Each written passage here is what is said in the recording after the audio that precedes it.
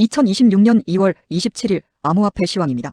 비트코인은 2025년 10월 고점 대비 약 50% 조정 이후 급락 구간을 지나 지지선을 지키며 체력을 회복하는 단계에 들어간 모습입니다. 다만 오늘은 CME 비트코인 선물과 옵션 2월물 만기일이 겹치면서 가격이 논리보다 기계적으로 흔들릴 수 있는 날입니다. 거시 환경은 여전히 부담 요인이 큽니다. 오늘 발표되는 미국 1월 생산자물 가지수 PPI는 인플레이션 경로를 다시 평가하게 만드는 변수입니다. 수치가 예상보다 높게 나오면 금리 인하 기대가 더 늦춰지고 달러 강세가 이어지면서 위험자산 전반의 하방 압력이 커질 수 있습니다. 이미 시장은 올해 금리 인하 폭 기대를 크게 줄인 상태이고 실질금리가 높은 수준을 유지하는 흐름도 비트코인 같은 무수익 자산에는 불리하게 작용합니다. 수급은 최근 들어 개선 신호가 분명합니다. 2월 내내 이어졌던 현물 ETF 순유출 흐름이 꺾이고 최근에는 의미 있는 규모의 순유입이 들어오면서 기관이 6만에서 6만 3천 달러대를 지지 구간으로 인식하고 있다는 메시지가 강해졌습니다.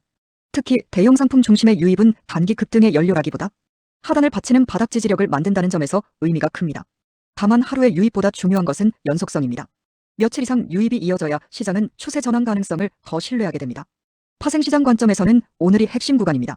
CME 만기일에는 포지션 롤오버와 해지 재조정이 겹치면서 현물과 선물의 괴리가 벌어지거나 단기 유동성이 얇아질 수 있고 이 과정에서 급격한 스파이크가 발생할 수 있습니다. 특히 심리선인 6만 달러 부근은 옵션 포지션이 집중되기 쉬운 자리라 기계적 지지가 생기기도 하지만 반대로 그 선이 무너질 때는 공포가 빠르게 확산되며 변동성이 커질 수 있습니다.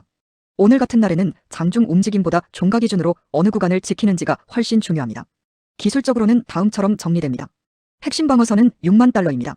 심리와 옵션 내러티브가 모두 겹치는 자리라 시장이 가장 민감하게 반응합니다. 단기 중간선은 6만 5천 달러입니다. ETF 유입 이후 시장이 다시 정상화로 간다고 느끼는 기준선에 가깝습니다. 상단 저항은 6만 7천 달러 부근입니다.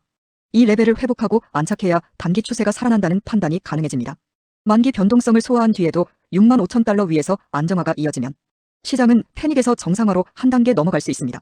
반대로 6만 달러가 무너지고 일봉 마감까지 밀리면 심리는 다시 급격히 꺾이며 더 깊은 저점 탐색을 강하게 의식하게 됩니다.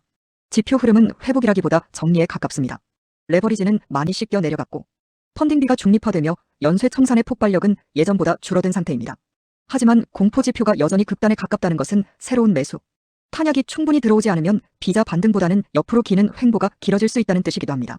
오늘의 대응 전략은 단순합니다. 만기일에는 방향을 예측하기보다 레벨을 관리하는 것이 유리합니다. 6만 달러가 깨지는지 6만 5천 달러를 지키는지 만기 이후에도 ETF 유입이 이어지는지 이 세 가지를 중심으로 포지션 크기를 작게 가져가고 레버리지는 낮추는 접근이 안전합니다. 장중 변동성에 휘둘리기보다 마감 기준 판단이 중요합니다.